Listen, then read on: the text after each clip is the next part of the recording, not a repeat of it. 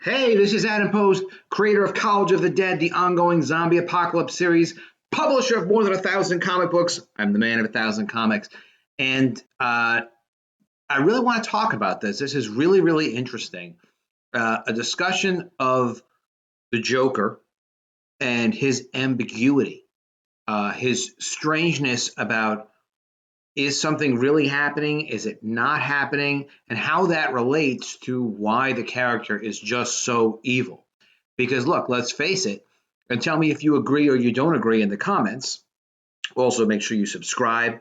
Really help me out with that. Subscribe to the channel. Click the bell for notifications, and definitely click and like and share. But really, if you can't see what the heck is actually going on, how do you get to judge if someone is good or evil or there's a context for their decision making?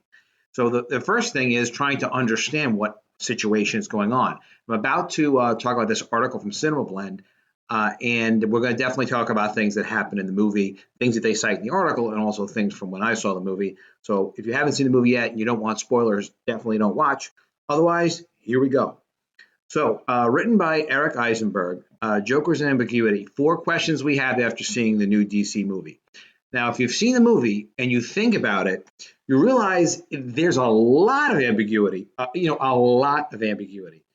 Um, he has a job. He's working as this clown on assignment. I'm sure there are people that do that, but is that really a job? Is that like a normal job? There's another scene where he's a clown and he's going and he's helping sick children in a hospital and cheering them up and singing along with them about if they're happy and they know it. And then a gun drops out. What are you doing? You're helping sick children, but you're bringing a gun to a hospital. Tremendously ambiguous. But these are four major questions that these guys brought up, and I thought that they brought up some interesting points. And again, when you're looking at things like that are fundamental questions, before you can judge someone, even this Joker is obviously a villain, but before you can judge someone, a villain, a hero, or somebody in the middle, like a vigilante, you have to kind of look at the situation and be able to say, like, all right, well, if I was in this situation, this is what I would do. But all right, fine. Is what he's doing reasonable? First, you got to figure out, well, what actually is the situation?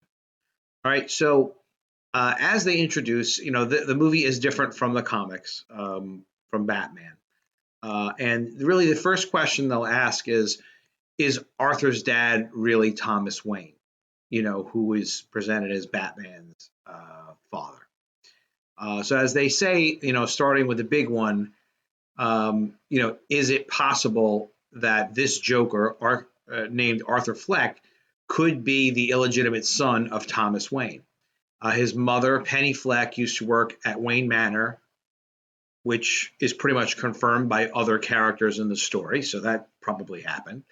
As revealed in letters that Penny regularly sends to her former employer, she firmly believes that her child was born as a result of an affair she had with the Gotham billionaire. So supposedly, Joker's father is Thomas Wayne. Okay. And we see, though, at the end of the movie, we're not so sure because Thomas Wayne may not really be Arthur Fleck's, the Joker's father. As you see how it goes, it could be that with respect to the timeline, it works. But as they say here, when he goes into the psychiatric hospital, Arkham Asylum, he finds documentation that say that he was adopted and he was abused. But then again, we're not so sure that documentation is real. I mean, yes, he certainly acts like he was some sort of abused, messed up child. However, and victim.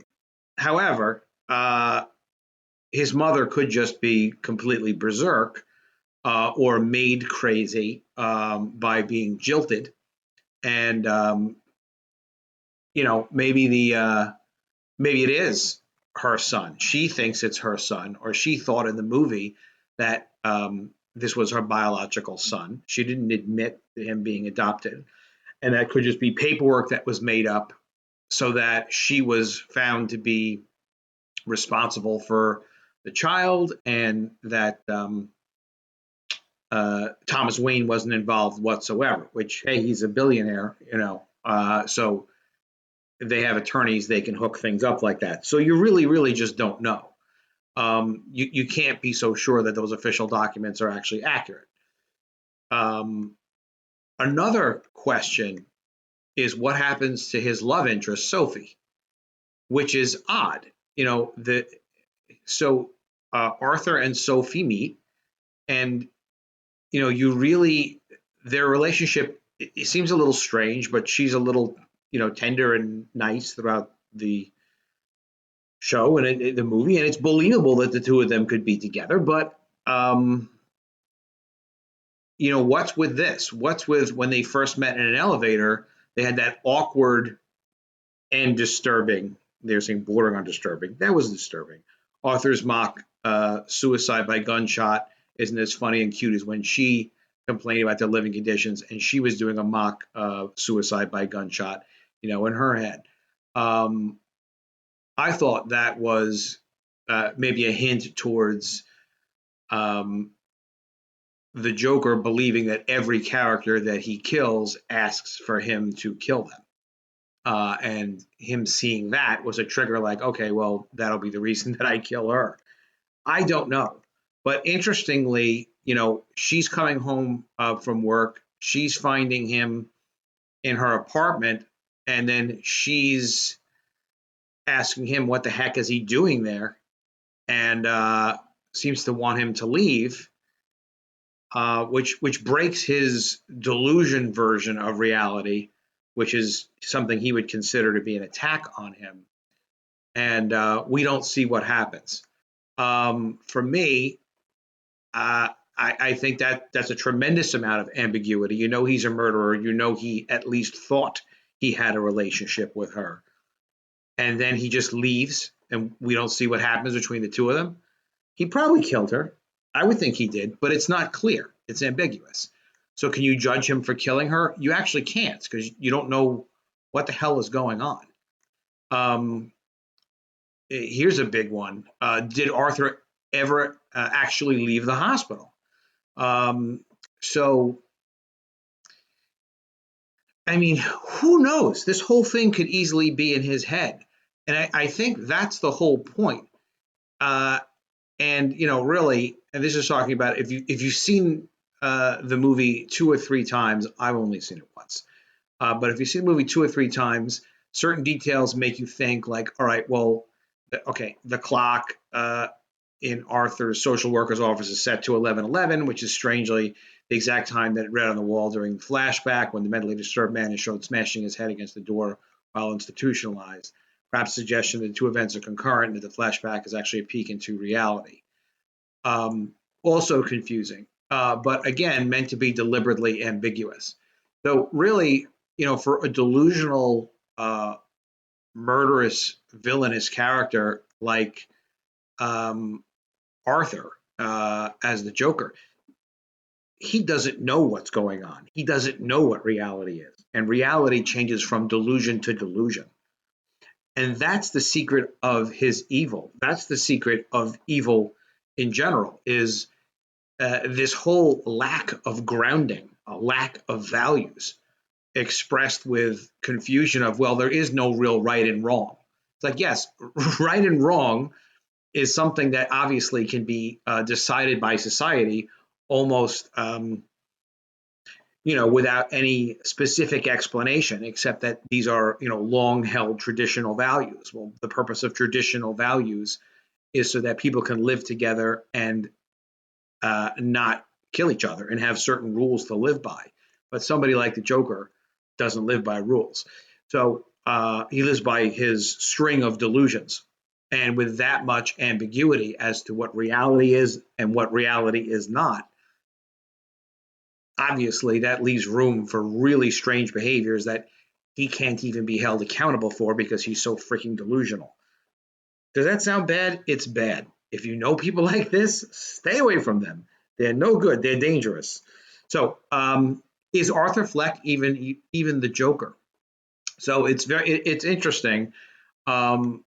there are so many people now dressing up as the Joker because of what Arthur Fleck did when he shot those Wall Street guys in the movie, was create this whole vibe of the rich against the poor and this whole resist group, which are all people dressed up as the Joker with masks, face paint, and whatnot. So is he even really the Joker that winds up fighting Batman in the future? We don't know. Is he just another one of these Jokers? Is the Joker that fights the Batman the same Joker that is Arthur Fleck, or is he a Joker that's inspired by Arthur Fleck? Or is this really all in Arthur Fleck's head and he's just institutionalized? The whole setting of the movie is interesting and what time it looks like it takes place. It's obviously not present day. There are no cell phones. The televisions are old. There are no computers that I saw. So, maybe it's the late 1970s, the early 80s, who knows? But you didn't see anything in this society timed to that zone. And just so many bizarre things go on. You get a sense that, this is all some type of subjective reality that's just taking place through delusions throughout his head. That said, one hell of a crazy movie, and this movie was so successful. This movie, as of today, it's October 14th, has done more than $500 million internationally. The budget was only $55 million. It's incredibly profitable for Warner Brothers, hugely, hugely profitable. It's a very unique take.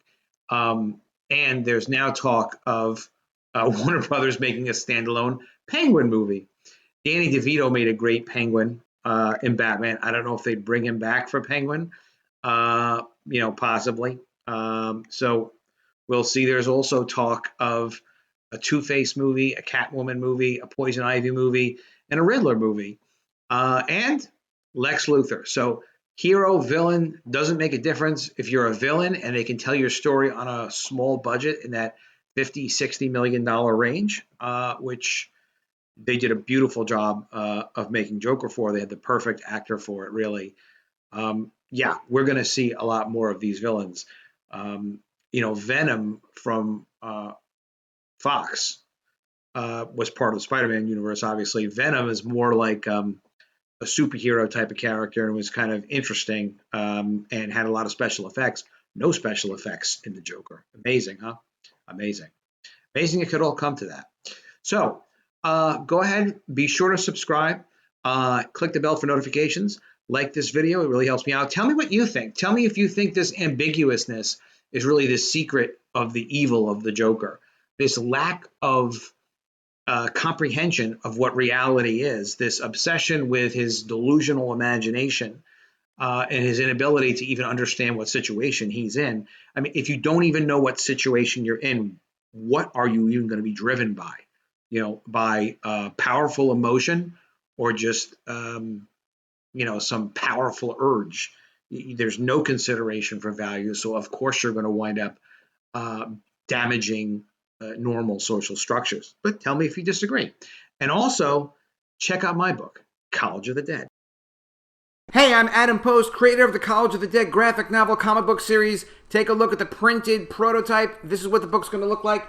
And we've got the 100-page ashcan book of College of the Dead. This shows how we made the book. It's got all the script and layouts. It's really, really educational, and it's really great behind-the-scenes stuff. And we have the art book, which is an 8.5 by 8.5 black and white book. It's all the art without any lettering. A really terrific book, too. The way you can get College of the Dead is to go to collegeofthedead.com. It'll bring you right to the Indiegogo page where you can buy the book. You can check it out. You can see the first 12 pages of sequential art.